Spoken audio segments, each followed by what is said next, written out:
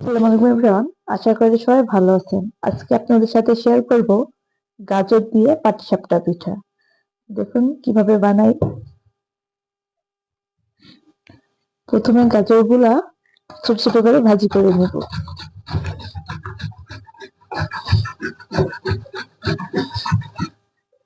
এভাবে ছোট ছোট করে ভাজি করে নিতে হবে। সব গাজরগুলাই ভাজি করা হয়ে গেছে। চলুন এবার রেসিপিতে যাওয়া যাক।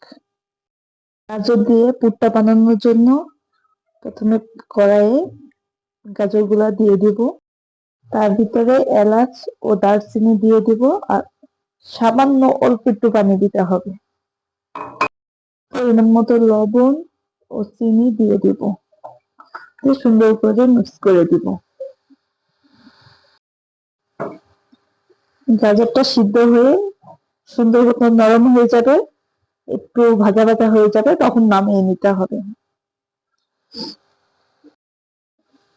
পুরটা সুন্দর মতো হয়ে গেছে, এবার নামিয়ে নিব। পুরটা অনেক সুন্দর হয়েছে। এবার পিঠার জন্য ডোটা বানিয়ে নিব। পাটিসাপটা পিঠার জন্য পরিমাণ মতো নিয়েছি ময়দা, তার ভিতরে দিয়ে দেবো লবণ ও অল্প অল্প করে পানি দিয়ে সুন্দর করে মাখিয়ে নিব আটাটা। আটাটা এমন ভাবে মাখতে হবে না খুবই পাতলা হয় বা খুবই ভারী হয়, এমনও করা যাবে না।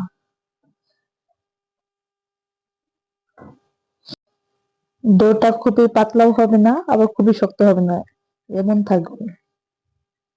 গাজর যেমন একটু কমলা টাইপের হয়, তাই একটু কমলা রং করে নেব।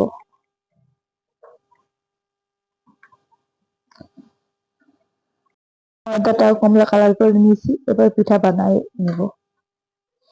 প্যানটা গরম হয়ে গেলে তার ভিতরে সামান্য তেল বিরাজ করে নেব, যাতে পিঠাটা সুন্দরভাবে উঠে আসে।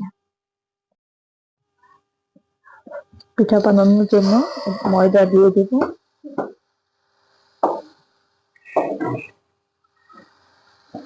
একটু প্যানটা ঘুরিয়ে চারিদিকে ময়দাটাই পাতলা করে দিব।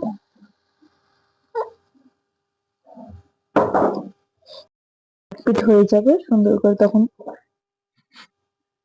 গাজরের পুরটা দিয়ে এভাবে সুন্দর করে উল্টায় দিতে হবে।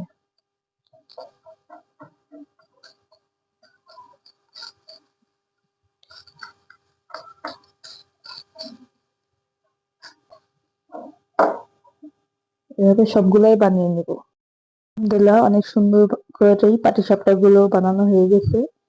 সবাই কমেন্ট করে জানাবেন যে কেমন লেগেছে আপনাদের কাছে। আর সবাই ভালো থাকবেন। আল্লাহ হাফেজ।